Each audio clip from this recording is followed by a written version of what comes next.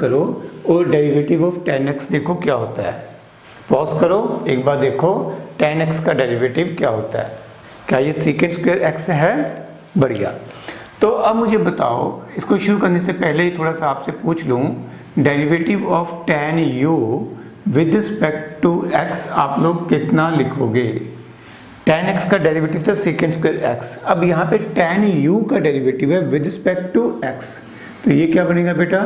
Secant square u, यहाँ पे जो है u1 है, multiply by derivative of u with respect to x। ठीक है, अब आप लोग वीडियो को पॉज करिए और ये पूरी कैलकुलेशन करिए और फाइनल रिजल्ट सिर्फ मेरे साथ मैच करेंगे। ओके, चलिए मैं सॉल्व करना शुरू कर देता हूँ। यहाँ पर फिर से बिल्कुल ठीक पिछले क्वेश्चन की तरह हम लोग यहाँ पर फिर से अप्लाई कर सकते हैं प्रोडक्ट रूल। मैं इस टर्म को u मान लेता हूँ और इस टर्म को मैं v मान लेता हूँ, तो I can write dy by dx। Product rule apply करना है तो u एज सच आ जाएगा, multiply by derivative of v का डेरिवेटिव हमारे पास ऐसे लिखा जा सकता है tan x स्क्वायर प्लस उसके बाद v बाहर आ जाएगा and multiply by derivative of u। Derivative of u कितना था अपने पास?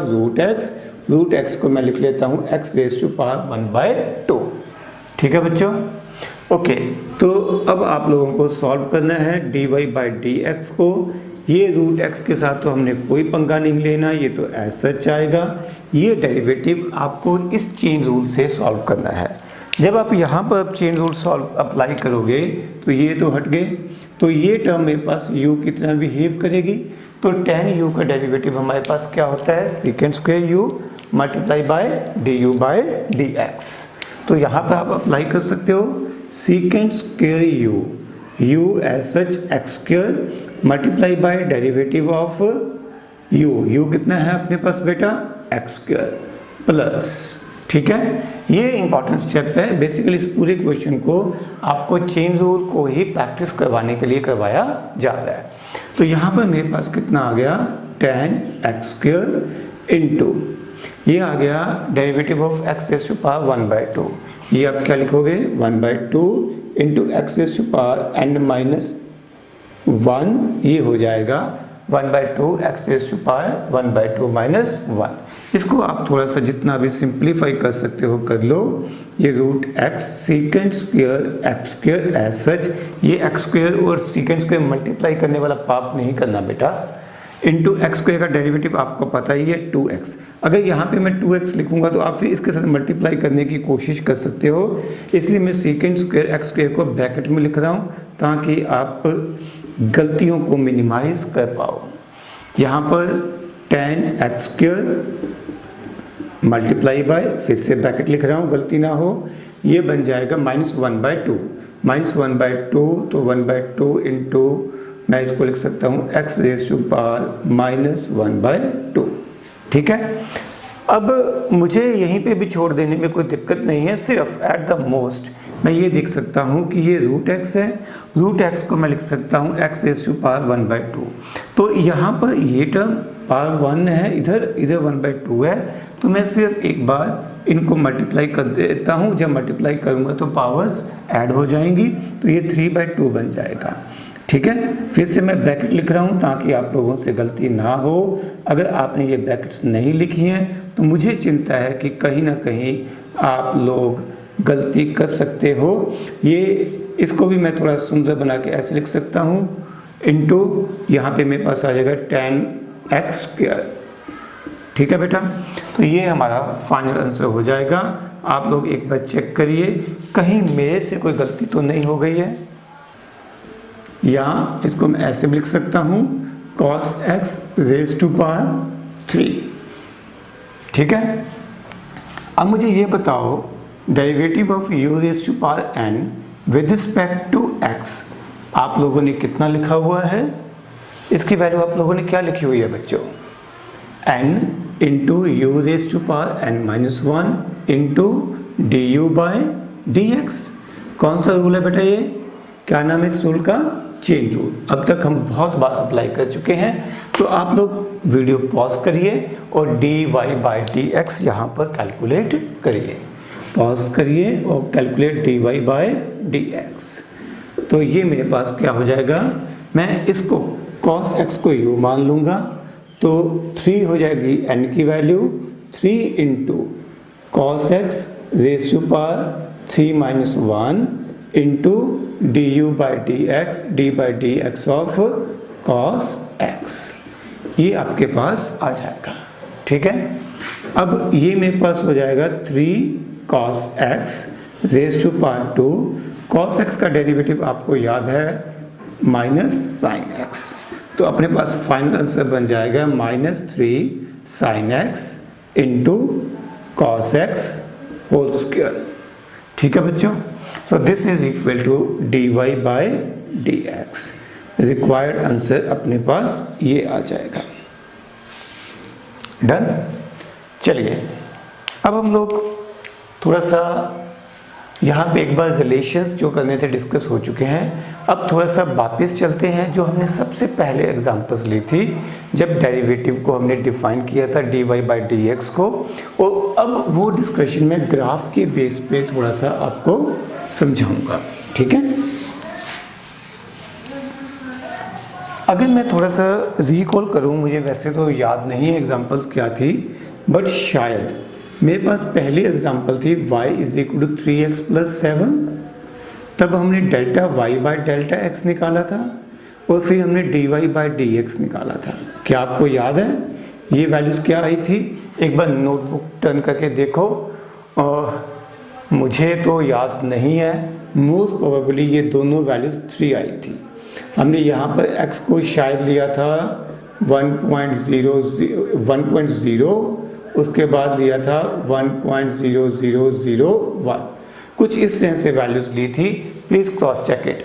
ठीक है, मुझे याद नहीं है, अगर कुछ हो और भी हुआ दैट डजेंट मैटर, बट इतना जो मुझे याद है कि ये दोनों वैल्यूज़ हमारी एग्जैक्टली सेम आई थी। तो ये हमारा रिजल्ट यहाँ पर आया था। फिर हमने एक और एग्जांपल ली थी, हमने y is equal to x square लिखा था, याद है?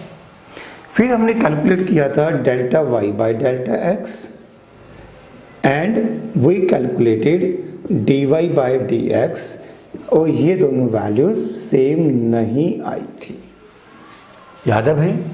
अब इस कंसेप्ट को हम थोड़ा सा ग्राफिकली फिट करने की कोशिश करेंगे। चलिए मैं शुरुआत करता हूँ इस लीनियर इक्वेशन से। लीनियर इक्वेशन में ये मेरे पास x एक्सिस हो गई, ये मेरे पास y एक्सिस हो गई।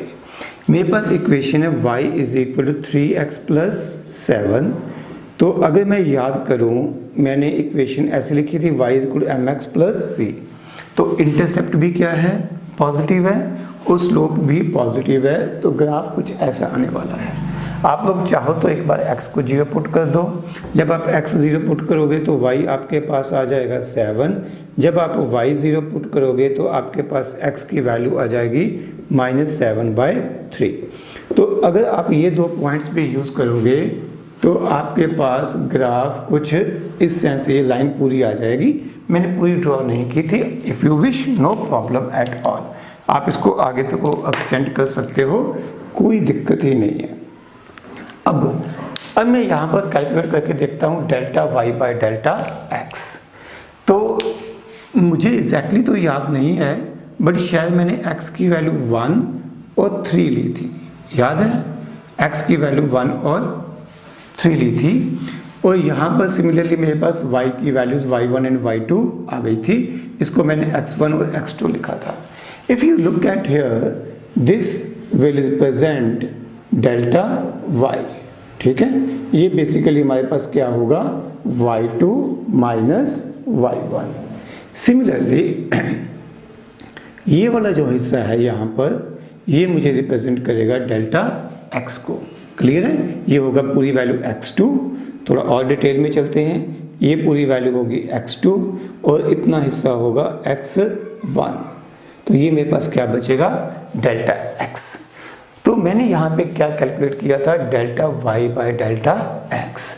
ध्यान दो यहाँ पर डेल्टा y और by delta x। If I take this angle theta, theta ध्यान से देखो मैंने किस तरफ बनाया है।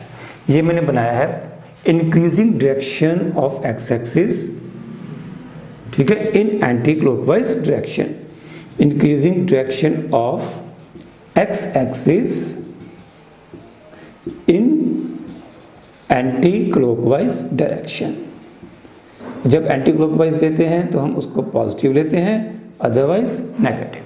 तो ये हो गया अपने पास थीटा, यहाँ पर पॉजिटिव ही लेना था, तो ये थीटा सही है। अच्छा, अगर मुझे इस लाइन की स्लोप लिखनी हो तो ये कितनी आएगी? ये दोनों एंगल सेम होंगे, you can apply simple geometry. तो मुझे बताओ यहाँ पर स्लोप की वैल्यू, स्लोप हम कैसे मेजर करते थे? tan थीटा से। तो यहाँ पर स्लोप की वैल्यू बच्चों कितनी आएगी? Perpendicular upon base. परपेंडिकुलर कितना है? Delta y upon delta x. यानी कि जो मैंने यहाँ पर कैलकुलेशन की थी अपने लेक्चर के स्टार्टिंग में, तो ये वैल्यू मेरे पास बेसिकली इस लाइन की क्या आई थी? Slope. This is equal to slope of the line which comes out 3। Okay, ये मेरी डिस्कशन थी for delta y and delta x. मैंने वैल्यू एक्स की 1 और 3 ली थी। अब मैं अपनी डिस्कशन में इस सेकेंड पार्ट को डिस्कस करता हूँ, d y by D x. इसको ध्यान से देखिएगा, ये मेरा ग्राफ एग्जैक्टली सेम आएगा, वही इक्वेशन है, वही ग्राफ आएगा। अब मुझे सिर्फ क्या करना है, मुझे x1 और x2 को बहुत क्लोज लेना है। एक मिनट बेटा, ये वैल्यूज मैंने इसके लिए लिखी थी और इधर ये वैल्यूज लिखी थी, x1 लिखा था 1 और y1 लिखा था शायद 3, है ना?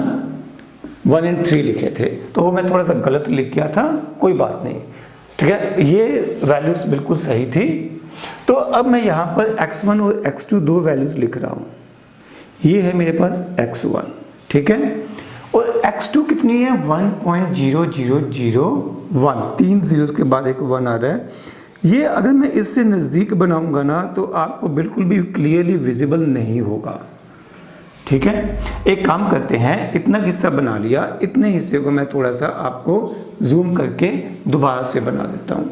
अगर मैं इसको मान लो कि 1000 गुना जूम कर लेता हूँ तो मेरे पास ये कुछ इस तरह से वैल्यूज आएंगे। कन्विंस हो आप लोग? ये होगा इधर x1, ये होगा इधर x2। We will have x1 and x2। इसके कॉरस्पॉन्डिंग y1 y2 आएंगे। अब ये बहुत छोटी सी वैल्यू है। x1 कितना था अपने पास? 1.0001 और x2 कितना था अपने पास? 1.0001। यहाँ पे चाहे अकेला 1 लिख लो, एक ही बात है, कोई फर्क नहीं पड़ता। ऐसी छोटी छोटी बातों को दिल पे नहीं लेना। ये वैल्यू, ये है स्मॉल चेंज इन x, और स्मॉल चेंज को हमने किससे डिनोट किया था? dx से। यहाँ पर ये पार्ट रिप्रेजेंट करेगा मुझे dy। dy क्या है? स्मॉल चेंज इन y, तो ये dy को रिप्रेजेंट करेगा। तो this is dy by dx। Getting my point? तो यहाँ पर ये एंगल कितना है? थीटा। तो ये सेम एंगल आएगा, आप कंसेप्चुअली समझ सकते हो। तो यहाँ पर भी स्लोप की वैल्यू अगर मैं लिखता हूँ, इस लाइन की स्लोप की वैल्यू लिखता हूँ, तो ये मेरे पास क्या आएगी? dy by dx, and this is again जो हमारी कैलकुलेशन थी वो सेम ही आएगी 3। तो वैसे भी कंसेप्चुअली हमें समझ ही आ रहा है कि अगर मैं dy बाई dx लिखता हूँ तो ये एंगल थीटा सेम होने वाला है। ये एंगल, ठीक है, यही वाला एंगल है, ये एंगल और ये एंगल, हर केस में ये तीनों एंगल सेम होने वाले हैं। अगर एंगल सेम होने वाले हैं तो चाहे मैं delta y by delta x लिखूं, चाहे मैं d y by D x लिखूं, इन बोथ केसेस मेरे पास स्लोप सेम आने वाली है, ठीक है। तो अभी तक इन ग्राफ से जो 2 पॉइंट्स आपको पेन डाउन करने हैं वो क्या है कि हमारी इक्वेशन जब लीनियर है, लीनियर का मतलब आपको याद है एक्स और वाई के पास या एक्सपोनेंट्स कह लो दोनों 1 है। जब ये इक्वेशन लीनियर है तो हमारे पास स्लोप कांस्टेंट रहती है, इसलिए हम चाहे delta y by delta x calculate करें, चाहे d y by D x calculate करें, हमारे पास रिजल्ट सेम रहता है। दूसरा पॉइंट जो हमें ध्यान में रखना है कि d y by D x gives us slope, dy by dx gives us slope। हाँ, लीनियर इक्वेशन है तो delta y by delta x will also give us slope, ठीक है। चलिए अब अपनी इस बात को और डिटेल में समझते हैं। जब हम बात कर रहे थे y is equal to x square की, तो तो मुझे अब वो डाटा तो याद नहीं है कि मैंने क्या लिखा था, बट आप लोग अपनी नोटबुक खोल के एक बार देख लीजिए। आप लोग मेरे पास बैठे नहीं हो, नहीं तो मुझे फटाफट से आप लोग बता देते सर ये लिखा था। मैं अपनी तरफ से वैल्यूज एज्यूम कर लेता हूँ। y is equal to x square लिखते हैं। मैं मान लेता हूँ कि पहले मैंने x को 1 लिया, फिर मैंने उससे y1 मेरे पास आया 1, x2 को मैंने 2 लिया तो y2 मेरे पास आ गया 4। तो यहाँ पर delta y by delta x अपने पास आ जाएगा 3। मुझे लग रहा है कि हमने यही एग्जाम्पल ली थी, ठीक है। उसके बाद सेकंड पॉइंट, फिर हमने लिखा था dy बाई डी एक्स। उसके लिए हमने x1 लिया था 1, y1 आ गया था 1, x2 को थोड़ा सा बढ़ाया था 1.0001, y2 शायद कैलकुलेशन करके ये आ गया था। यहाँ से फिर हमने dy बाई डी एक्स लिखा था। dy बाई डी एक्स मेरे पास आ जाएगा, इनको डिवाइड करके शायद 1 माइनस 2 1 नहीं 2 आएगा, तो शायद ये 2 आ जाएगा, ठीक है। फिर हमने ये डिस्कस किया था कि delta y by delta x is not equal to dy by D x. अब हम ये समझेंगे कि ये दोनों इस केस में इक्वल क्यों नहीं है, ठीक है। We will try to understand this part graphically. हमारे पास है y is equal to x square. ये किसकी इक्वेशन हो गई? Straight line, ellipse, hyperbola, parabola, किसकी इक्वेशन हो गई? पैराबोला की। पैराबोला किस तरफ आएगा? Upward, downward, right, left? Upward parabola. बढ़िया। तो you are going to draw upward parabola, ठीक है। मैं सिर्फ इसका फर्स्ट क्वाड्रेंट ड्रॉ करूंगा, ऑल्दो ये आप सेकंड क्वाड्रेंट में भी ड्रॉ कर सकते थे, कोई इशू नहीं है, बट मैं सिर्फ इसका फर्स्ट क्वाड्रेंट ड्रॉ करूंगा। ये मुझे सिर्फ समझाना है। तो ये कुछ इस सेंस से पैराबोला आएगा। ये y is equal to x square हो गया, ठीक है बच्चों। अब अगर मैं यहाँ पर 2 पॉइंट्स लेता हूँ, एक x1 इज इक्वल टू 1 और एक दूसरा पॉइंट मैं लेता हूँ x2 इज इक्वल टू 2। तो अब इस केस में मेरे पास एक मिनट, ये वैल्यू होगी y1 और इसके कॉरस्पॉन्डिंग ये वैल्यू आएगी y2, ठीक है बच्चों। अब ध्यान से देखो, ये हिस्सा कितना रिप्रेजेंट करेगा? डेल्टा y को, और ये सेक्शन रिप्रेजेंट करेगा डेल्टा x को। क्या ये क्लियर है? अगर मैं इन दोनों पॉइंट्स को इस कर्व के ऊपर a एंड b पॉइंट्स को ज्वाइन कर दूं, तो अब मेरे पास ये सिचुएशन बनेगी। If right now I calculate delta y by delta x, value तो हमारे पास आ जाएगी, बट ये delta y by delta x इस लाइन की स्लोप होगी। कौन सी लाइन की? This is slope of line joining points a and b, joining points a and b, तो इनकी स्लोप होगी।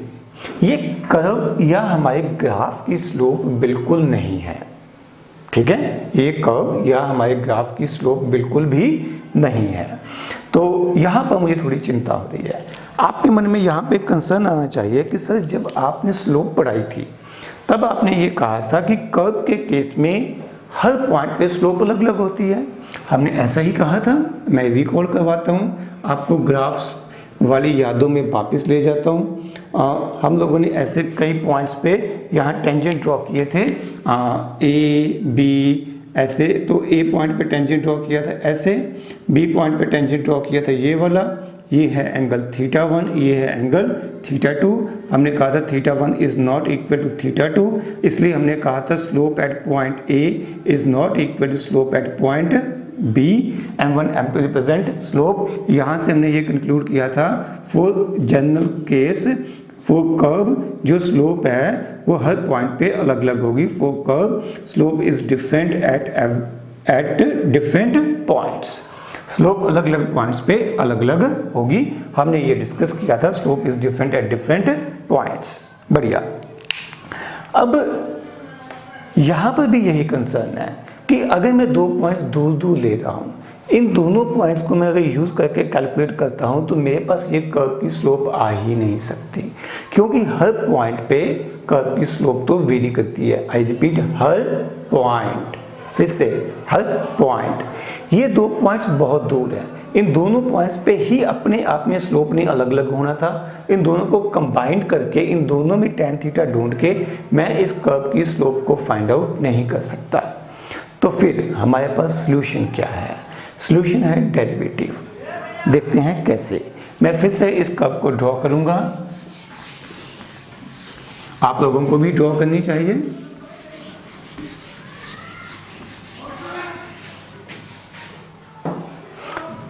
मैं फिर से क्या कर रहा हूं, वही equation y is equal to x square के लिए फिर से मैं पैराबोला वाला ग्राफ प्लॉट कर दूंगा।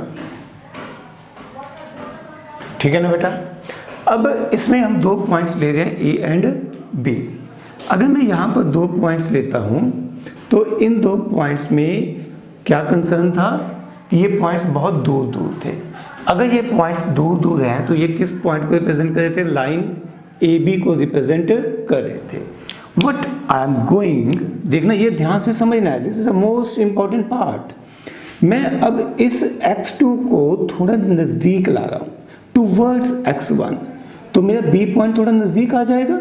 यानी कि x2 अगर मान लो यहाँ पर x2 मैंने 2 लिया था, अब 1.7, 1.5, 1.2 ऐसे धीरे धीरे x2 की वैल्यू को कम करता चला जाऊंगा।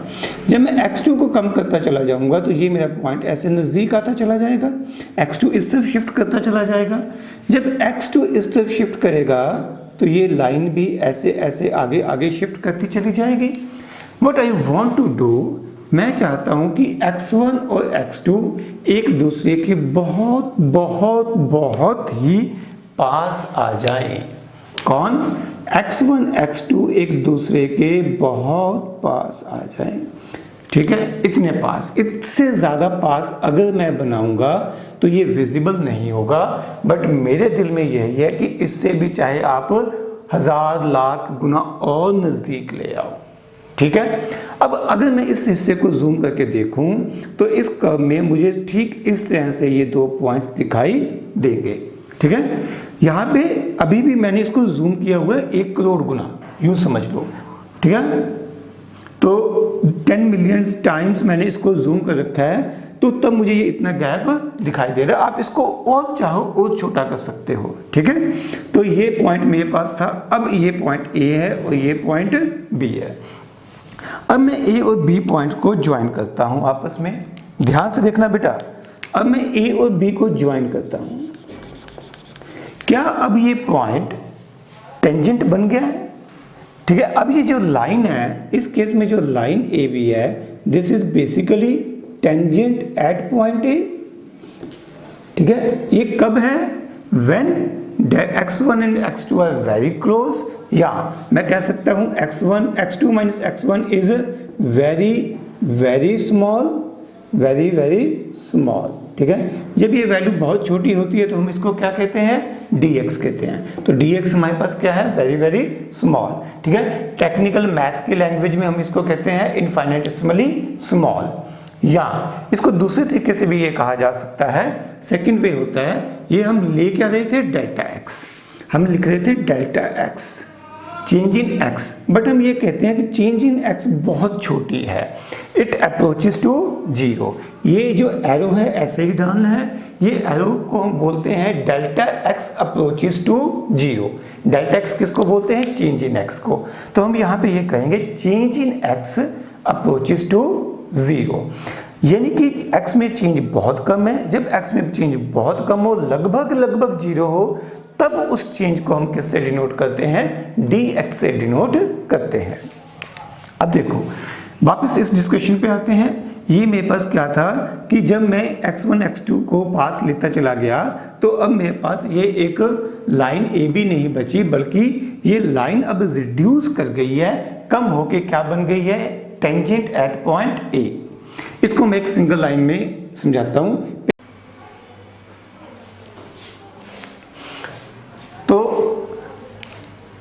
ये लाइन थी मेरे पास ए बी, पहले मैं ए बी की स्लोप ढूंढ रहा था, अब मैं सिर्फ ए पॉइंट पे स्लोप ढूंढ रहा हूँ, यानी कि जब मैं dy by D x calculate करता हूँ तो बेसिकली मैं इस पॉइंट पे स्लोप ढूंढ रहा हूँ, ठीक है। और जब मैं कैलकुलेट करता हूँ पूरी लेंथ ए बी के लिए डेल्टा वाई और डेल्टा एक्स, तो ये मेरे पास इस कर्व की स्लोप को रिप्रेजेंट नहीं कर सकती, क्योंकि कर्व की स्लोप तो हर पॉइंट के ऊपर वेरी करती है।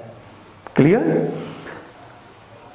तो आपको जो समझना है कि डेरिवेटिव की जो सिग्निफिकेंस है, जो ज्योमेट्रिकल इंटरप्रिटेशन है, वो क्या है? Derivative of a function at A point, इसको नोट कर सकते हो, derivative of a function at A point gives slope at that point. I repeat, derivative of a function at a given point gives slope of the curve at that point. इस चीज को हम लोग और example के साथ समझते हैं कि इसका मतलब है क्या। लीजिए, अगर मैं ये कहता हूं कि मेरे पास इक्वेशन है y is equal to x square, और इसकी कर्व कैसी आई थी हमारे पास? बोलो, पैराबोला। चलो मैं इसका डेरिवेटिव लेता हूं dy बाई डी एक्स। ये डेरिवेटिव आपको सॉल्व करना आ गया, ये वैल्यू कितनी आ गई? 2x। अब मैंने आपको अभी जो समझाया है, ये डेरिवेटिव हमें क्या बताता है? ये हम इंफॉर्मेशन देता है स्लोप ऑफ कर्व। तो मैं लिख सकता हूँ इस केस में इस कर्व की स्लोप कितनी है? dy by D x. बेटा अब ये क्वेश्चन मत राइज करना कि क्या ये स्ट्रेट लाइन में भी बताएगा। आंसर यस, जनरल टर्म है कर्व में भी स्ट्रेट लाइन, कोई दिक्कत नहीं है। तो this is equal to 2x। Let us try to understand exact meaning of this. मैं लिखता हूँ at x is equal to 1, मेरे पास dy बाई डी एक्स कितना हो जाएगा? यानी कि मेरे पास स्लोप की वैल्यू कितनी हो जाएगी at x is equal to 1। ये मैं सब्सक्रिप्ट लिख देता हूँ, x इज इक्वल टू 1। तो यहाँ पर मैं x की वैल्यू कितनी पुट कर दूंगा? 1। 2 इंटू 1 कितना हो गया? 2 हो गया। अगर मैं लिखता हूँ at x is equal to 2, तो मेरे पास dy बाई डी एक्स, यानी कि स्लोप की वैल्यू जब x की वैल्यू 2 है तो ये कितनी हो जाएगी? यहाँ x को मैं 2 पुट कर दूंगा, 2 into 2, this value comes out 4। यानी कि डेरिवेटिव लेने के बाद जो मेरे पास आंसर आ रहा है, ये जो 2x वाला आंसर आ रहा है, ये मुझे हर पॉइंट पे स्लोप की वैल्यू बताएगा। जिस पॉइंट पे मुझे ढूंढना है उस पॉइंट पे मुझे सिर्फ x की वैल्यू को सब्स्टिट्यूट कर देना है। Let us see once again. देखो बेटा, मेरे पास ये सिचुएशन है, ये है x एक्सिस और ये है y एक्सिस। अब मैं क्या करने वाला हूँ? What I am going to do, I am going to draw graph and I will mark 2 points, x is equal to 1 and x is equal to 2। ठीक है, अब मैं x is equal to 1 पे टेंजेंट ड्रॉ करता हूँ। ये tangent draw किया, यहाँ से एंगल आ गया θ1। ठीक है, अब मैं x इक्वल टू 2 पे टेंजेंट ड्रॉ करता हूँ, ये ऐसा आएगा। अब ध्यान से देखो, ये एंगल बढ़ गया है। आपको समझ आ रहा है कि θ1 θ2 बराबर तो है ही नहीं है, और आपको ये भी समझ आ रहा है कि θ1 इज लेस देन θ2। ठीक है, अब जो हमारे पास इसमें कैलकुलेशन हुई थी x इज इक्वल टू 1 पे, स्लोप कितनी आई थी? यहाँ पर 2। यानी कि जो tan θ1 है, इस पॉइंट पे टेंजेंट ड्रॉ करने के बाद जो हमारे पास आया, इसको ब्लू पेन से लिख देते हैं, तो ये मेरे पास आया tan θ1। ठीक है, अब देखो मैं आगे गया, जब x की वैल्यू 2 पुट की तो ये ऑटोमेटिकली मेरे पास tan θ2 की वैल्यू आ जाएगी। tan θ1 या tan θ2 क्या रिप्रेजेंट कर रहे हैं? These are representing slope at 2 points a and b, या at x is equal to 1 and x is equal to 2। इन 2 पॉइंट्स पे स्लोप रिप्रेजेंट कर रहे हैं। मीन्स अगर आप इस कर्व की किसी भी पॉइंट पे स्लोप ढूंढना चाहते हो, आप डेरिवेटिव लो, फिर जिस पॉइंट पे ढूंढनी है उस पे ये वैल्यू पुट करते चले जाओ। x की जितनी वैल्यू पे ढूंढनी है, x की वो वैल्यू यहाँ सब्स्टिट्यूट करते चले जाओ, आपको अपने आप उस कर्व के हर पॉइंट की स्लोप मिल जाएगी। ठीक है बच्चों?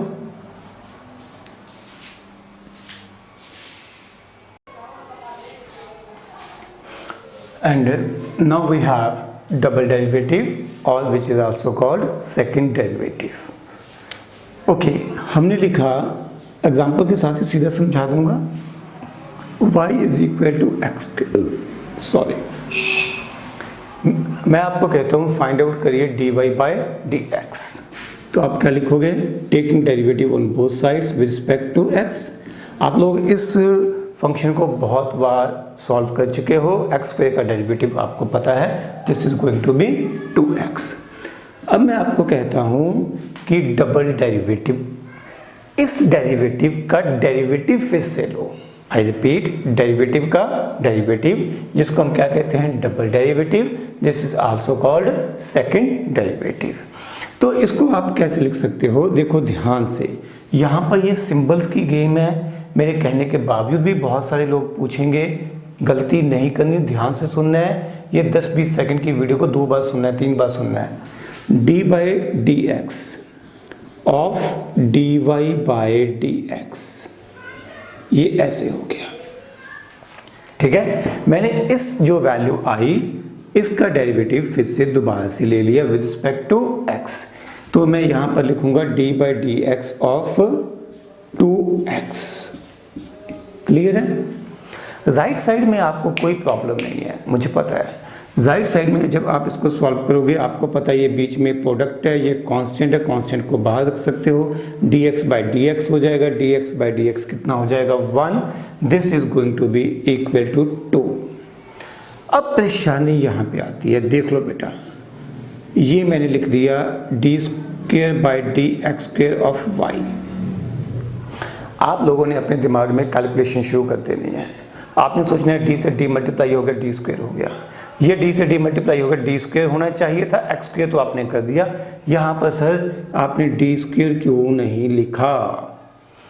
लिसन, ये एक्चुअल में कोई मल्टीप्लाइकेशन नहीं है, यहाँ पे ये मैं इनको मल्टीप्लाई नहीं कर रहा, ठीक है। मैं डेरिवेटिव का दोबारा से डेरिवेटिव ले रहा हूँ जिसको हम क्या कहते हैं, सेकंड डेरिवेटिव। और ये जो मैंने लिखा है this is symbol of second या डबल डेरिवेटिव, ये इसका सिंबल है, ठीक है। This is symbol of double derivative. ये इन दोनों को ऐसे मल्टीप्लाई करके बच्चों नहीं आया है, ठीक है। Take note of this point. इसको आप लिख सकते हो d square y upon d x square, ये आपका रिजल्ट बन जाएगा, ठीक है। तो ये आपने इस फंक्शन का सेकंड डेरिवेटिव ले लिया। हमारी बुकलेट में ना कुछ जगह या बुक्स में भी कई जगह क्या लिखा होता है, सिंबल्स है, सिर्फ बता रहा हूँ। हमने ना जब फंक्शन को डिफाइन किया था हमने y को क्या लिखा था, फंक्शन ऑफ x। कई बार हमारी बुक्स में, एक्चुअली मैथ्स में तो बार बार यूज़ करते हैं बट फिजिक्स में हम इतना यूज़ नहीं करते। जब हम फर्स्ट डेरिवेटिव या सिंपल जिसको हम डेरिवेटिव कहते हैं, डेरिवेटिव लेते हैं तो इसको f डैश x लिखते हैं। f डैश x का मतलब होता है फर्स्ट डेरिवेटिव या सिंपली डेरिवेटिव। अब जब मैं यहाँ पर डेरिवेटिव लेता हूँ, f डैश x का डेरिवेटिव लेता हूँ, डेरिवेटिव का डेरिवेटिव लेता हूँ जिसको हम सेकंड डेरिवेटिव कहते हैं, इसको f डबल डैश x से डिनोट किया जाता है। Double dash means second derivative, dash means first derivative या सिंपल डेरिवेटिव, ठीक है।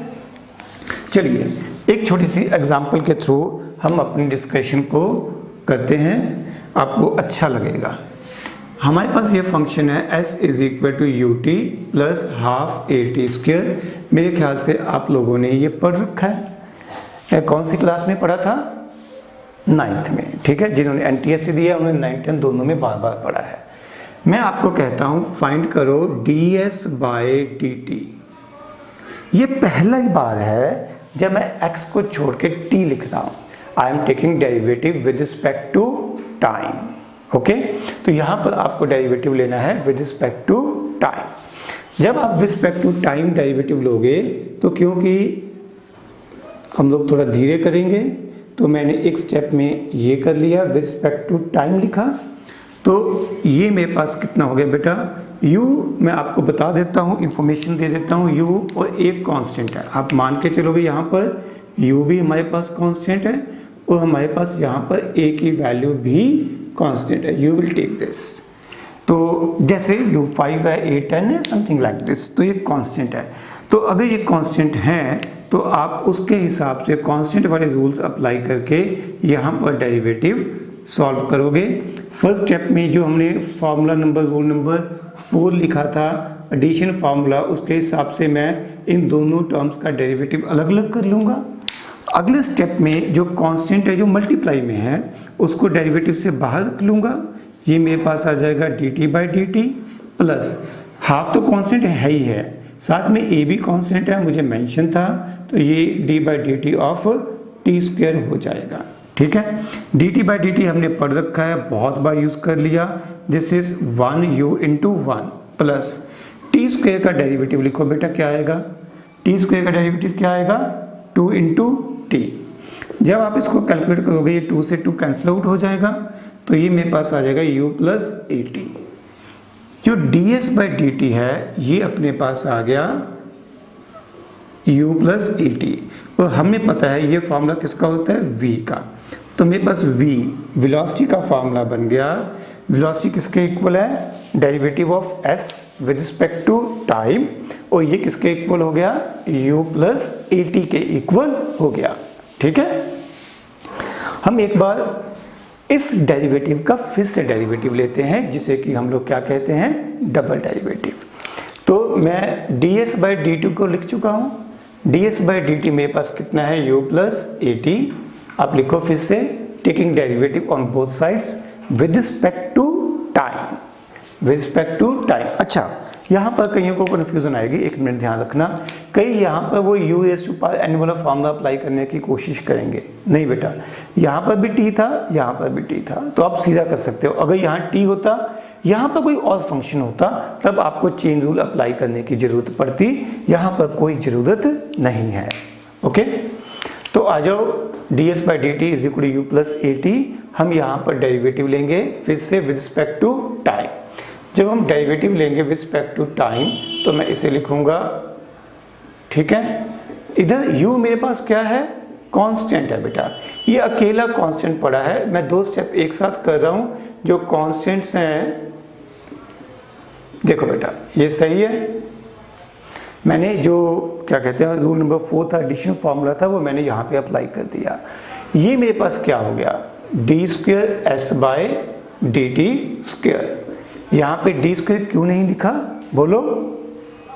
क्योंकि ये एक्चुअली में मल्टीप्लाई नहीं है, ये सेकंड डेरिवेटिव का सिंबल है। बढ़िया, ये सिर्फ कांस्टेंट है, अकेला कांस्टेंट पड़ा है। अकेले कांस्टेंट का डेरिवेटिव कितना होता है? 0। एक कांस्टेंट है, हम बाहर रख सकते हैं, और ये हो जाएगा dt/dt। और dt/dt कितना होता है बेटा? 1। तो ये मेरे पास आंसर बन जाएगा a। यानी कि जब मैं सेकंड डेरिवेटिव लेता हूँ, जिसका दूसरा नाम क्या था? डबल डेरिवेटिव लेता हूँ, किसका? s किसको रिप्रेजेंट करती है? डिस्प्लेसमेंट को। इसको हम, जो लेफ्ट साइड है, इसको क्या बोल सकते हैं? Second derivative of s with respect to t, या second derivative of displacement with respect to time, या double derivative of displacement with respect to time. और इसकी वैल्यू क्या आ गई? a। जो आपने 9th क्लास पढ़ रखी है उसके हिसाब से ये a किसको रिप्रेजेंट कर रही है? a is representing acceleration. यानी कि अगर हम डिस्प्लेसमेंट का डबल डेरिवेटिव लेते हैं, दैट गिव्स अस एक्सेलरेशन। बढ़िया, तो उम्मीद है कि आपको पता लग गया होगा सेकंड डेरिवेटिव क्या होता है। अब आगे लिखिए, condition for maxima and minima. लिखिए heading, condition for maxima and minima.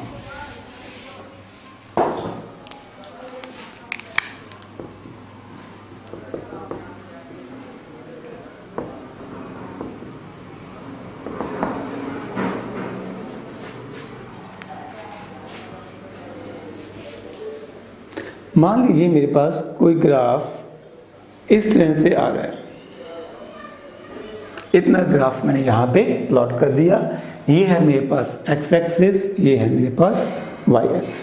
इसके आगे पीछे की डिटेल में बच्चों मत जाना, ठीक है? जो काम की बात है सिर्फ उसी पे ध्यान देना है। यहाँ पर मैंने 2 पीक, एक ये पीक बनाई है हाईएस्ट पॉइंट पे, एक ये लोएस्ट पॉइंट पे है। समथिंग लाइक जैसे आप वेव बनाते हो वैसे बनाया है ना। अगर मैं इन दो पॉइंट्स पे देखूं, इन दो पॉइंट्स पे आप लोग पॉज देके एक बार टेंजेंट ड्रॉ करो। जब आप टेंजेंट ड्रॉ करोगे तो ये इस तरह से दो टेंजेंट आएंगे, ठीक है। These two tangents, so this is at point A and this is at point B. ये दोनों tangents at point A and B कहाँ पे हैं, सॉरी कैसे हैं, पैरेलल टू एक्स एक्सिस, ठीक है। तो tangent at point A and B are parallel to x axis and कोई भी लाइन, फिर से वापस फ्लैशबैक में जाना पड़ेगा स्लोप की डेफिनेशन में, कोई भी लाइन जो एक्स एक्सिस के पैरेलल होती है उसकी स्लोप होती है 0। यानी कि इस लाइन की slope, that is slope at point A is equal to slope at point B is equal to 0। जो पॉइंट मैं जनरलाइज करना चाहता हूं कि जब भी हमारे पास मैक्सिमा या मिनिमा आएगा तो उन पॉइंट्स पे स्लोप की वैल्यू 0 होती है, ठीक है। जब भी मैक्सिमा या मिनिमा आएगा तो उन पॉइंट्स के ऊपर स्लोप की वैल्यू 0 होती है।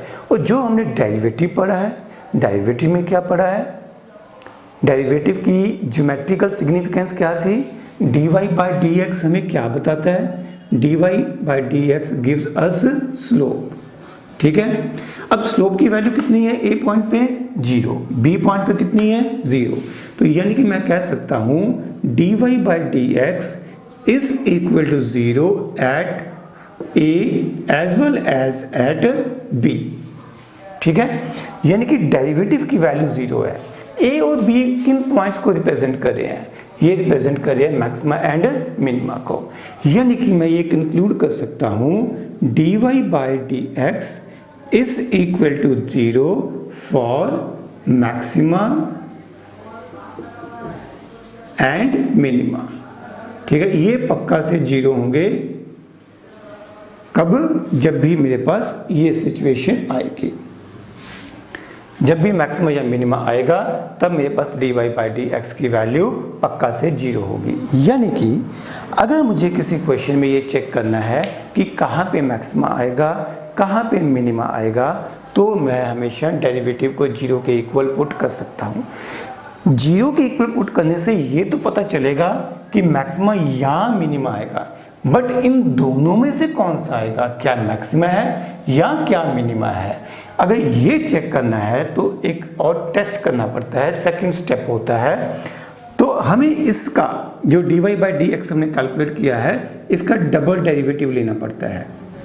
डबल डेरिवेटिव का सिंबल आपको याद हो गया है, ठीक है। If double derivative is greater than 0 then we will get minima, and if double derivative is less than 0 then we will get maxima, clear है बेटा।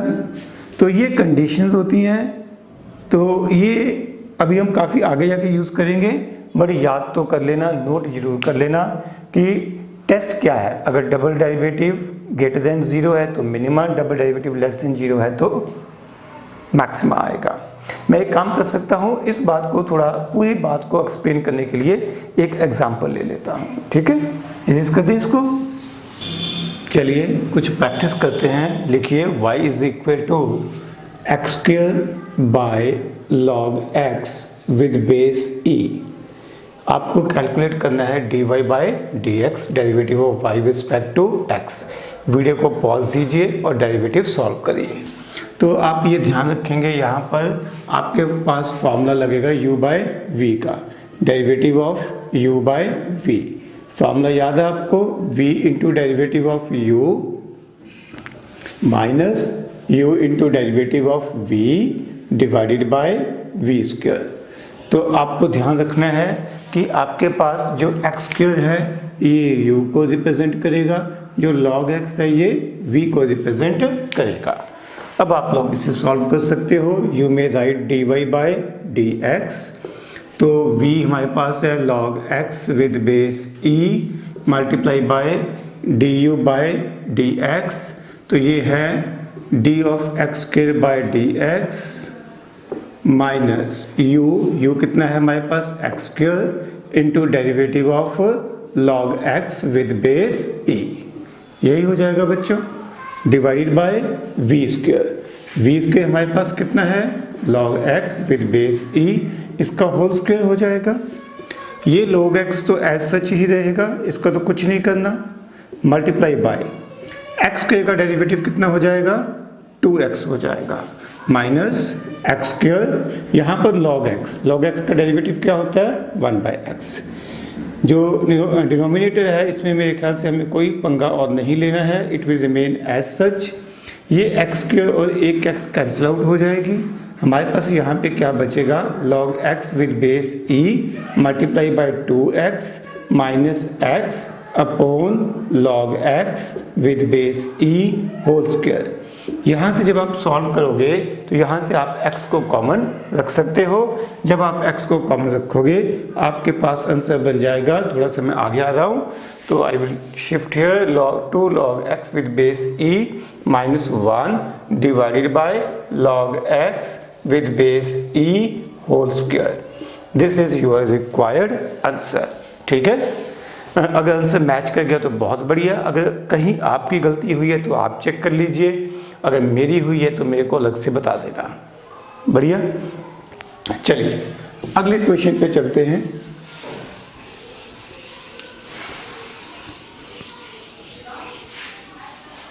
नेक्स्ट क्वेश्चन हमारे पास क्या है कि हमें हाइट का फॉर्मूला गिवन है h is equal to u t minus half g t square, और हमें ये कैलकुलेट करना है कि what is the time taken in reaching the maximum height. हमें ये देखना है कि मैक्सिमम हाइट कब आएगी। अब देखो बेटा, जितना आप लोग पढ़ चुके हो उससे आपको ये पता है ये एक पैराबोला की इक्वेशन बनेगी, और क्योंकि ये माइनस ए जिसको कहते हो आप कोफिशिएंट ऑफ टी स्क्वायर ये नेगेटिव में है, तो ये डाउनवर्ड पैराबोला बनेगा। तो यानी कि कहीं ना कहीं तो मैक्सिमम की वैल्यू आएगी। यानी कि सिचुएशन समझो, पार्टिकल को फेंका ऐसे है, ठीक है, जब फेंका गया टाइम 0 था, पार्टिकल ऊपर जा रहा है, कहीं ना कहीं ये हाईएस्ट पॉइंट पे पहुंचेगा। हमें ये मैक्सिमम हाइट के बारे में बात करनी है, जब मैक्सिमम हाइट आएगी तब टाइम क्या होगा हमें ये कैलकुलेट करना है। बट ये इक्वेशन दी है एच और टी के बीच में, जब आप इस इक्वेशन का ग्राफ प्लॉट करोगे तो उम्मीद है कि आपके पास कुछ इस तरह का ग्राफ आएगा। तो हमें इस टाइम की वैल्यू कैलकुलेट करनी है, वो टाइम जब हाइट की वैल्यू मैक्सिमम होगी। ग्राफिकली आप यहाँ से देख सकते हो, और जो फिजिकल सिचुएशन है उसमें आप यहाँ पे देख सकते हो, एक ही बात है, वही सेम टाइम की बात हो रही है। अब हमने ये पढ़ रखा है कि अगर मैक्सिमा या मिनिमा देखना हो तो हमारे पास रूल क्या होता है, हमारे पास रूल ये होता है कि डेरिवेटिव जो है वो उसकी वैल्यू 0 होगी। हमने इस बात को कैसे पढ़ा था याद करते हैं, हमने कहा था हाईएस्ट पॉइंट के ऊपर अगर टेंजेंट ड्रॉ करते हैं तो इस टेंजेंट की स्लोप क्या आती है 0, ठीक है। तो dy बाई डी एक्स 0 होता था जब हमने थ्योरी में पढ़ा था। यहाँ y की जगह क्या है h है, और x की जगह हमारे पास क्या है t है। तो अब आप यहाँ पर डेरिवेटिव लोगे, यू में take care that u is initial velocity, this is going to be constant, g is acceleration due to gravity, this is also another constant। ये दोनों constant ही रहेंगे। तो डेरिवेटिव लेते हुए आपको इनको constant रखना है। आप लिखोगे u into d t by d t minus half g, और आपके पास आएगा यहाँ पर डेरिवेटिव ऑफ टी स्क्वायर, ठीक है बच्चों। तो D t by d T कितना हो जाएगा 1, और टी स्क्वायर का डेरिवेटिव बेटा कितना हो जाएगा 2t। जब आप इसको सॉल्व करोगे तो ये बन जाएगा u is equal u minus G T. और हमारे क्वेश्चन के मुताबिक अगर मैक्सिमा या मिनिमा की बात करनी हो तो dh बाई डी टी की वैल्यू कितनी होनी चाहिए 0। तो इसका मतलब यहाँ पर मैं dh बाई डी टी इधर 0 पुट कर देता हूँ। जब मैं इसको 0 पुट करूँगा तो t की वैल्यू मेरे पास आ जाएगी u बाई जी। तो ये वो टाइम आ गया जिस टाइम के ऊपर ये मैक्सिमम हाइट होगी, यानी कि हमारा जो रिक्वायर्ड आंसर है वो क्या होगा u बाई जी। ठीक है बच्चों। अच्छा, अब आपका कंसर्न हो सकता है कि सर हमें तो दोनों में से ये थोड़ी पता लगेगा कि मैक्सिमा है या मिनिमा है। बेटा बात सही है, आप चाहो तो आप सेकंड टेस्ट कर सकते हो, ये डबल डेरिवेटिव वाला टेस्ट मैंने बताया था, है ना, you can go for that. But conceptually अगर हमको प्रोजेक्ट पैराबोला याद है, हमें पता है कि अगर मैं इसको एक्सटेंड करूँगा तो ये इधर ही आएगा। इसमें सिर्फ और सिर्फ मैक्सिमा आने वाला है, इसमें मिनिमा आने वाला ही नहीं है। तो मैं क्यों फालतू के कैलकुलेशन में पढ़ूँ, मेरा इससे भी काम चल जाएगा। ठीक है बच्चों, नोट करो इसे।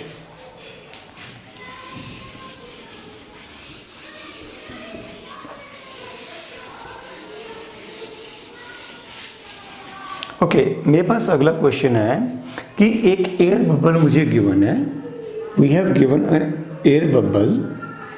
इस एयर बबल का जो रेडियस है वो लगातार चेंज हो रहा है। क्वेश्चन में ये गिवन है कि इस एयर बबल का रेडियस इंक्रीज कर रहा है 1/2 सेंटीमीटर पर सेकेंड।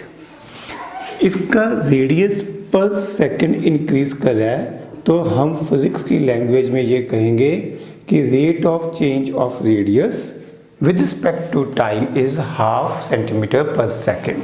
ठीक है, इसको हम क्या कहते हैं, rate of change of radius with respect to time,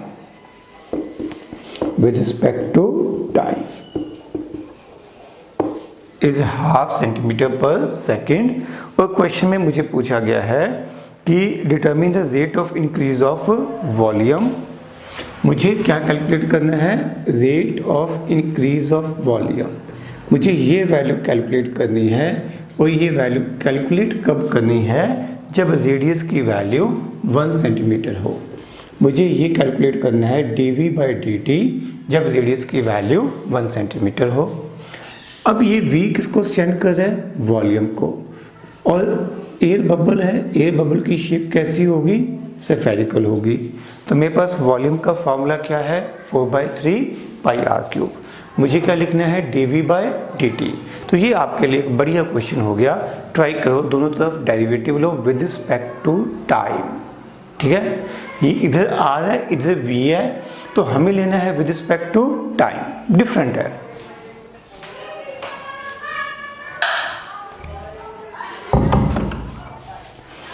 तो क्या आप लोग यहाँ पर डेरिवेटिव लिख सकते हो, लिखो taking derivative on both sides with respect to time. देखो इतना हिस्सा तो कांस्टेंट है और मल्टीप्लाई में है, कांस्टेंट भी है और मल्टीप्लाई में है, तो इसको मैं डेरिवेटिव से बाहर रख सकता हूँ। अब ध्यान से बेटा गलती नहीं करनी, यहाँ पर डेरिवेटिव लेना है विद रिस्पेक्ट टू टाइम, तो ये विद रिस्पेक्ट टू टाइम आ जाएगा। तो ये मेरे पास हो जाएगा 4/3 पाई r³ का डेरिवेटिव मेरे पास बेटा, जैसे आप लोग लगाते थे u³ का derivative with respect to x, तो आप क्या लिखते थे, लिखो थोड़ा साइड में, कैलकुलेशन बाद में करना। आप क्या लिखते थे, 3u² इंटू du/dx। ठीक है, क्योंकि ये दोनों अलग अलग थे, तो आप चेन रूल लगा के ये वैल्यू लिखते थे। यहाँ पर भी सेम कंसेप्ट है, ये वेरिएबल और ये वेरिएबल अलग अलग हैं, तो इसलिए आप सेम कंसेप्ट यहाँ लगाओगे। आप लिखोगे 3r² इंटू dr/dt। क्लियर है बच्चों, ये 3 कैंसिल आउट हो जाएगा, हमारे पास यहाँ पे क्या बचेगा, 4πr² into dr/dt। This is equal to rate of change of volume, यानी कि dv/dt, rate of change of volume with respect to time. 4 into pi, question में कहा गया है ये रेट ऑफ चेंज कैलकुलेट करना है जब रेडियस की वैल्यू 1 सेंटीमीटर हो। तो हम लोग यहाँ पर कैलकुलेशन कर रहे हैं dv/dt, rate of change of volume जब रेडियस की वैल्यू 1 सेंटीमीटर है। जब मैं ऐसे सबस्क्रिप्ट लिखता हूँ तो इसका मतलब है रेडियस की वैल्यू 1 सेंटीमीटर पुट करूँगा, रेडियस की वैल्यू 1 सेंटीमीटर है। और क्वेश्चन में dr/dt हमें पहले से ही दे रखा है 1/2, तो मैं इसको यहाँ पे सब्स्टिट्यूट कर सकता हूँ, तो ये मेरे पास 2 पाई आंसर आ जाएगा। ठीक है, नोट करो, EV is equal to nRT। और क्वेश्चन में हमें ये कहा गया है कि n R and T are constants, n R and T are constants, और हमसे पूछा गया है कि फाइंड करो dp by dv, derivative of pressure. Basically ideal gas equation है pv is equal to nRT, तो हमें डेरिवेटिव ऑफ प्रेशर ढूंढना है विद रिस्पेक्ट टू वॉल्यूम। ठीक है, ये तीनों के तीनों क्या है हमारे पास, कांस्टेंट्स। तो राइट साइड पूरी की पूरी कांस्टेंट है। हम लोग इस बात का फायदा उठाएंगे। मैं P को ऐसे लिख सकता हूँ nRT बाय V, या आप यूं भी कह सकते हो nRT into v raise to power minus 1, एक ही बात है। अब हम लिखेंगे taking derivative on both sides with respect to volume. ये कितना आ जाता है हमारे पास, nRT into d by d v of v raise to power minus 1। ये कितना हो जाएगा, nRT, ये हो जाएगा -1 into v raise to power -1 हम लोगों ने पढ़ रखा है। X raise to power n का डेरिवेटिव याद होगा, x raise to power n का डेरिवेटिव ये कितना हो जाएगा, n into x raise to power n-1। अब ये बताओ यहाँ पे चेन रूल लगेगा या नहीं, लगाने की ज़रूरत ही नहीं है। क्यों भाई, ये वेरिएबल और ये वेरिएबल दोनों एग्जैक्टली सेम है, तो ज़रूरत ही नहीं है। जब आप इसको सॉल्व करोगे तो ये बन जाएगा minus nRT upon v square. ठीक है, तो हमारे पास क्या आ गया, dp by d v is equal to minus nRT by v square. अब अगर मैं रेफर करूं, वैसे ही आंसर सही है, इसमें कोई प्रॉब्लम नहीं है, बट अगर मैं इक्वेशन नंबर 1 में से nRT की वैल्यू यूज़ कर लूं यूजिंग इक्वेशन नंबर 1 जो कि मुझे क्वेश्चन में गिवन थी, nRT की वैल्यू मेरे पास कितनी है बच्चों, P, तो P इंटू वी, तो डिवाइडेड बाई वी स्क्वायर हो जाएगा। यहाँ से मेरे पास dp बाई डी वी की वैल्यू हो जाएगी माइनस P बाई वी। ठीक है, this is required answer, note करो इसे।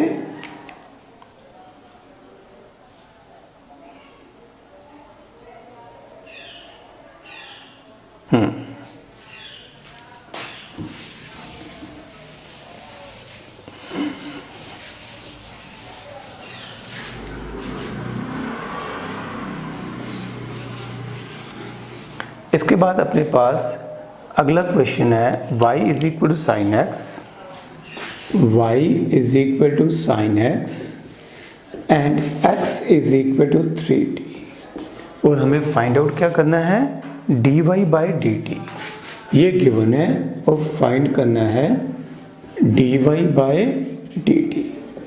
तो आप स्टेप क्या कर सकते हो, x की वैल्यू यहाँ पुट कर सकते हो, तो y की वैल्यू क्या बन जाएगी, साइन 3t। अब आपको सॉल्व करना आसान है, आप लिखोगे taking derivative on both sides with respect to time. आप तो इससे काफ़ी मुश्किल क्वेश्चंस कर चुके हो, तो इसमें ज़्यादा दिक्कत नहीं आनी चाहिए। अब यहाँ पर फिर से चेन रूल लगेगा, याद करो यहाँ पे t है और ये क्या है, 3t है। आप इसको लीनियर इक्वेशन की तरह समझ सकते हो तो भी ठीक है। अगर आप लीनियर इक्वेशन की तरह समझोगे तो आपको मैंने क्या बताया था, साइन का डेरिवेटिव क्या ले लेना है, कॉस, 3t का 3t आएगा, और फिर जो t का कोफिशिएंट है वो अलग से मल्टीप्लाई कर देना है। एक तरीका ये था। दूसरा तरीका हमने जो पढ़ा था वो मैं ब्लू पेन से सॉल्व करूँगा, बट उसको सॉल्व करने से पहले हम लोग एक बार साइन u का डेरिवेटिव लिखते हैं विद रिस्पेक्ट टू t।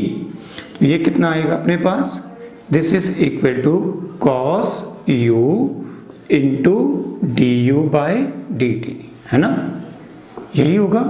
अब एक काम करो, आप इसको 3t को क्या मान लो, u मान लो। u मान के अब ये एग्जैक्ट फार्मूला यहाँ पर सब्स्टिट्यूट करके देखो, आपका आंसर यही एग्जैक्टली मैच कर जाएगा बेटा। ओके, चलो नोट हो गया।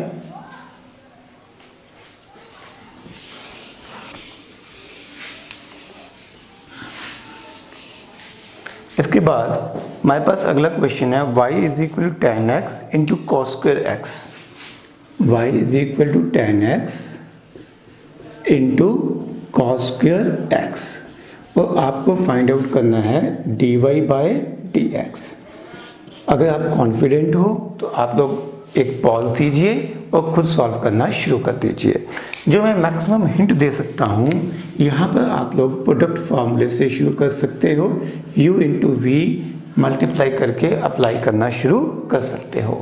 आप लिखोगे u into derivative of v with respect to x है, मैं कॉस स्क्वायर x को लिखूँगा cos x whole square plus cos x whole square into derivative of tan x with respect to x। ठीक है बच्चों,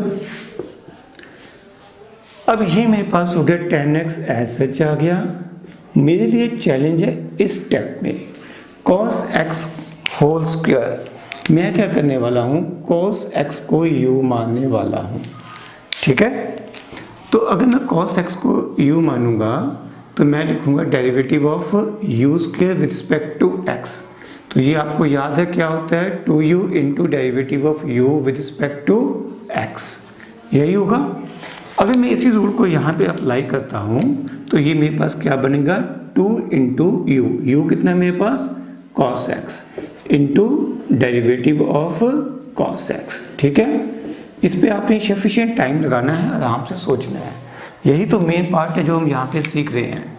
अच्छा ये बताओ tan x का डेरिवेटिव याद हो गया था आपको, याद हो गया, बोलो सेकेंड स्क्वायर x। तो आप यहाँ पे क्या लिखोगे, cos x whole square into tan x का डेरिवेटिव होता है हमारे पास सेकेंड स्क्वायर x। अब देखो इसके आगे मेरे पास हो गया tan x multiply by 2 multiply by cos x multiply by cos x का डेरिवेटिव क्या होता है, माइनस साइन x। ये ध्यान रखना है, this is minus sine x plus ये कितना है cos square x into second square x, ये कितना हो जाएगा 1, क्योंकि आपको पता है second x is equal to 1 by cos x। तो अगर मैं tan x को सॉल्व करूं तो ये बनेगा मेरे पास sin x by cos x multiply by 2 multiply by cos x। ये माइनस साइन में आगे लिख लेता हूँ, ये साइन और साइन मल्टीप्लाई कर दूंगा तो ये साइन स्क्वायर x हो जाएगा। ये प्लस 1 वैसे का वैसा आ गया, ये cos और cos x कट गए, मेरे पास बच गया 1 माइनस 2 साइन स्क्वायर x। ठीक है, अब मुझे थोड़ा ट्रिग्नोमेट्री के रिलेशंस में जाना पड़ेगा, नहीं बस यहीं पे हमारा क्वेश्चन खत्म हो जाएगा। This is your required answer, dy by dx की वैल्यू आपके पास आ गई है 1 minus 2 sine square x। This is your required answer. Okay, थोड़ी सी और प्रैक्टिस देखते हैं, मैं इसको इरेज कर रहा हूं।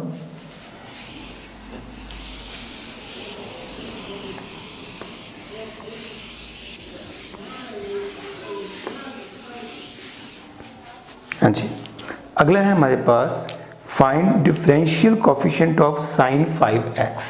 ठीक है, differential coefficient of sine 5x, इसका मतलब कुछ नहीं है, डिफरेंशियल कोफिशिएंट का मतलब है derivative of sine 5x with respect to x। Solve करिए। ठीक है, मैं रुक रहा हूं, आप लोग इसको सॉल्व करिए।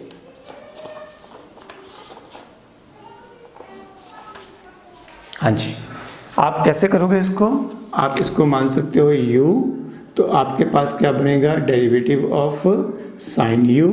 साइन u का डेरिवेटिव क्या होता है, cos u multiply by du by dx। शायद थोड़ा एंड में ना दिखे, मैं इधर लिख रहा हूँ multiply by du by dx। हो जाएगा बच्चों, आप इसको अप्लाई करिए, सॉल्व करिए, देखते हैं क्या आंसर बनता है। आप इसको सॉल्व करोगे तो आपके पास बनेगा साइन के लिए cos 5x multiply by derivative of 5x। चाहे आप डेरिवेटिव लेके सॉल्व करो, या जैसे मैं बार बार बताता हूँ कि अगर ये लीनियर इक्वेशन है तो सिर्फ x का कोफिशिएंट भी मल्टीप्लाई कर सकते हो। वैसे भी जब आप 5x का डेरिवेटिव लोगे तो ये 5 ही आएगा। तो this is your required answer. ठीक है बच्चों, एक और क्वेश्चन करेंगे ऐसा ही आसान सा शुद्ध time pass. y is equal to 2 sine omega t plus 5। y is equal to 2 sine omega t plus five. ठीक है, बिल्कुल सेम लाइन्स पे है।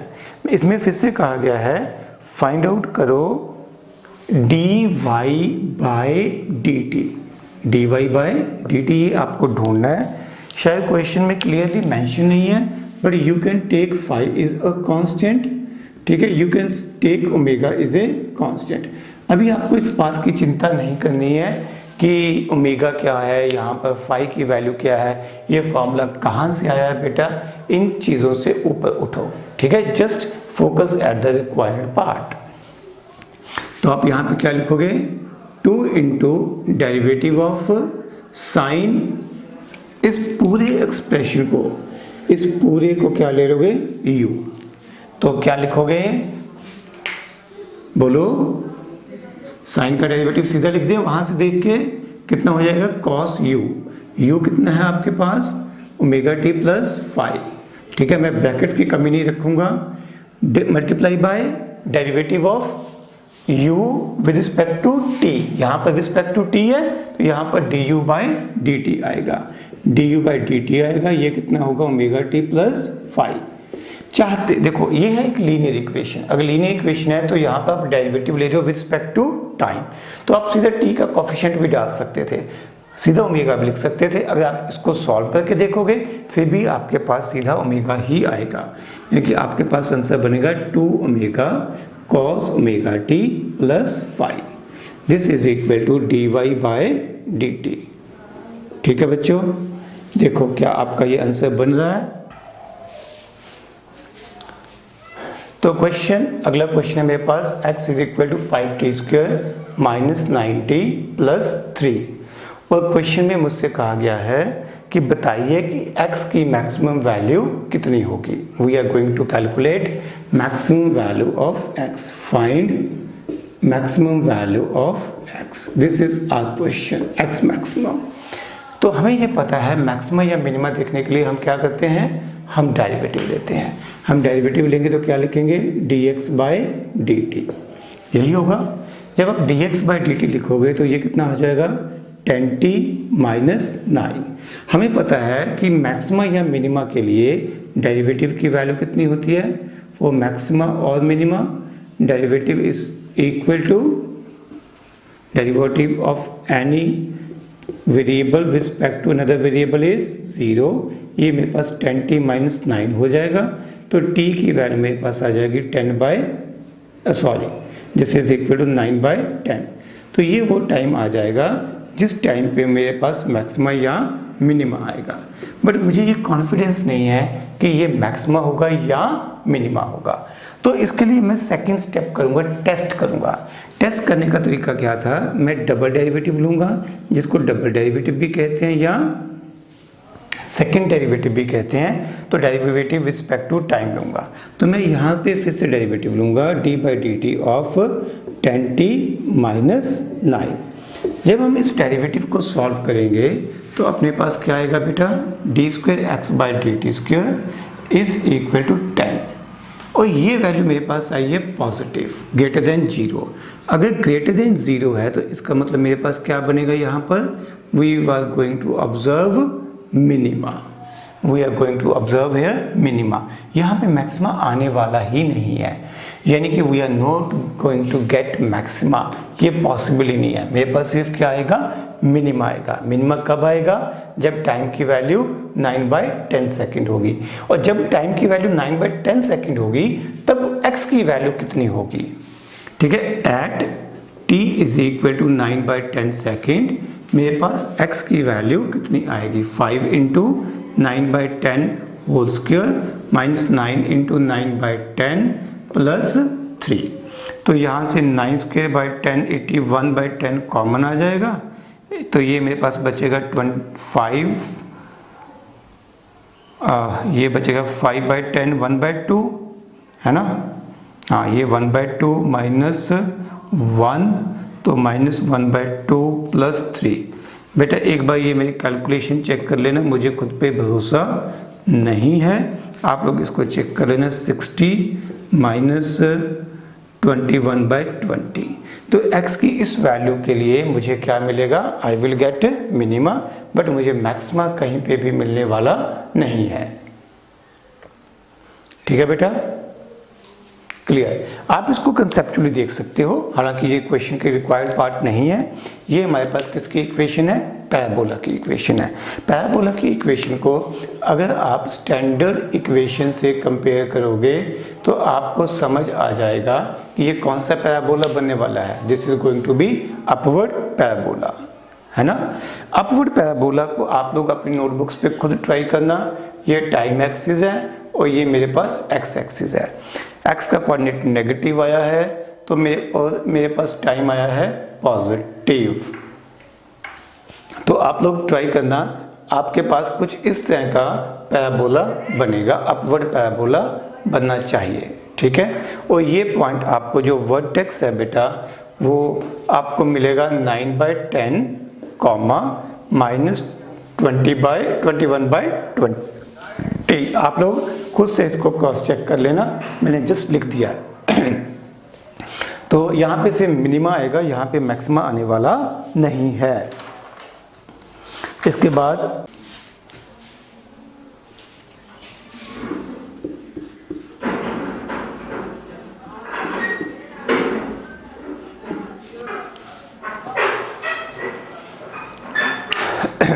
लो बेटा, अगला क्वेश्चन करेंगे। आप लोग एक काम करिएगा, वीडियो को पॉज देके क्वेश्चन को लिख लीजिएगा। वैसे जो मेरी एडवाइस है कि जिसको भी ये समझ ना आए, ये बड़े आराम से इस चैप्टर के लिए इस क्वेश्चन को छोड़ दे। ये हम कम से कम 4-5 महीने बाद जब एक बार पूरी मैकेनिक्स पढ़ लेते हैं, उसके बाद इतने टिपिकल क्वेश्चंस करते हैं। आइडियली इस क्वेश्चन को हटा देना चाहिए था, बट मैं कहूँगा कि मत करो तो भी कोई ना कोई पक्का से ये पूछेगा। So I am going to discuss this question. पहले स्टेटमेंट समझ लो। हमारे पास ये पॉइंट O है, इस पॉइंट O से एक बैलून उठना शुरू करता है। ये बैलून ऊपर उठ रहा है। बैलून कितनी हाइट पे है, कहाँ पे है, इस चीज़ को देखने के लिए यहाँ पर एक आर जिसका नाम है रेंज फाइंडर वो लगा हुआ है। रेंज फाइंडर और यहाँ से बैलून उड़ना शुरू करता है। इन दोनों के बीच का कांस्टेंट डिस्टेंस 5000 फीट है। दोनों ग्राउंड से हैं। उड़ना शुरू कहाँ से किया था, बैलून ने ग्राउंड से। रेंज फाइंडर भी कहाँ पे होगा, ग्राउंड पे। अब जैसे जैसे बैलून ऊपर जा रहा है वैसे वैसे रेंज फाइंडर ऐसे घूमता चला जा रहा है और वो इस एंगल को मेज़र कर सकता है। क्लियर। अब आप लोगों ने अभी तक जो पढ़ा है, 10th क्लास में जो पढ़ा है, उसमें आपने इस डाटा को यूज़ करके y फाइंड आउट किया हुआ है। अगर आपको एंगल दिया हुआ हो तो आप ट्रिग्नोमेट्री लगा के tan थीटा लगा के y की वैल्यू फाइंड आउट कर लेते थे। यहाँ पर गेम में थोड़ा ट्विस्ट है। गेम में हमें क्या दिया हुआ है, rate of change of angle. Rate of change of angle को यूज़ करके हमें इस बैलून की स्पीड फाइंड आउट करनी है। We are going to find out speed of this balloon. अब बात को समझो बेटा ध्यान से कि ये स्पीड ऑफ बैलून कैसे ढूंढनी है। बैलून जा रहा है ऊपर, जितनी y की वैल्यू 1 सेकंड में चेंज हो रही है। ठीक है, मान लो y पहले था 500 मीटर, 1 सेकंड बाद हो गया वो 505 मीटर, तो इसका मतलब स्पीड कितनी हो गई, 5 मीटर पर सेकंड। ठीक है, distance change in distance upon time, तो स्पीड हो गई 5 मीटर पर सेकंड। यानी कि जिस रेट से, जिस रफ्तार से ये y चेंज हो रहा है with respect to time, that will give us speed of balloon. तो यहाँ पर स्पीड ऑफ बैलून को हम क्या लिखेंगे, दिस इज मोस्ट इम्पॉर्टेंट, और पूरी उम्मीद है कि आपको अच्छे से क्लियर नहीं होगा। इसको हम लिखेंगे dy/dt, स्पीड ऑफ बैलून। ठीक है, आप लोगों ने अभी तक यानी कि 10th तक कभी dy/dt यूज़ नहीं किया होगा। आप लिखते हो change in y upon time taken. हम यहाँ पर ज़्यादा एक्यूरेट लिखते हैं। रेट ऑफ चेंज को हम बोलते हैं dy/dt, है वही चीज़ है। dy का मतलब क्या था, very small change in y divided by very small change in time, nothing else. Okay बेटा, यहाँ तक ठीक है। तो हमें dy/dt ढूंढना है। ये 5000 हमारे पास कांस्टेंट है। अब मैं 5000 और y और थीटा को आपस में रिलेट करता हूँ। मुझे पता है perpendicular upon base is equal to tan theta. या मैं इसको ऐसे भी लिख सकता हूँ, tan theta is equal to 1/5000 into y. अब देखो y भी वेरिएबल है और थीटा भी वेरिएबल है, बोथ आर वेरिएबल, ठीक है, दोनों टाइम के साथ चेंज हो रहे हैं, y भी और थीटा भी दोनों y के साथ चेंज हो रहे हैं।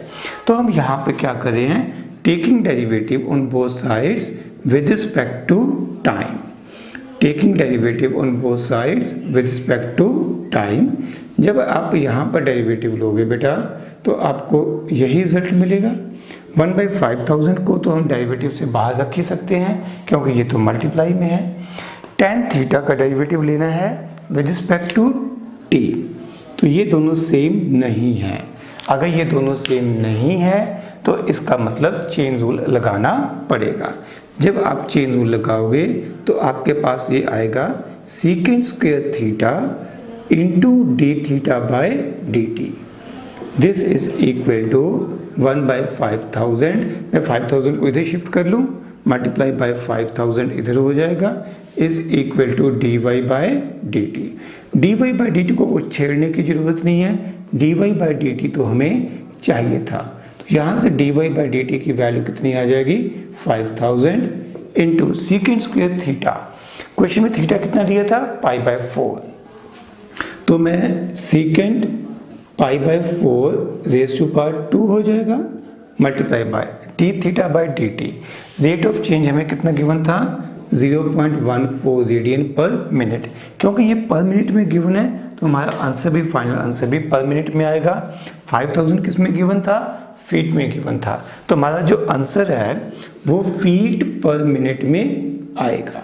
ठीक है बच्चों, अभी आप लोग कैलकुलेट कर लेना, मैं यहाँ पे कैलकुलेशन नहीं करूँगा। Multiply by 2 multiply bye 0.14, you will get your answer.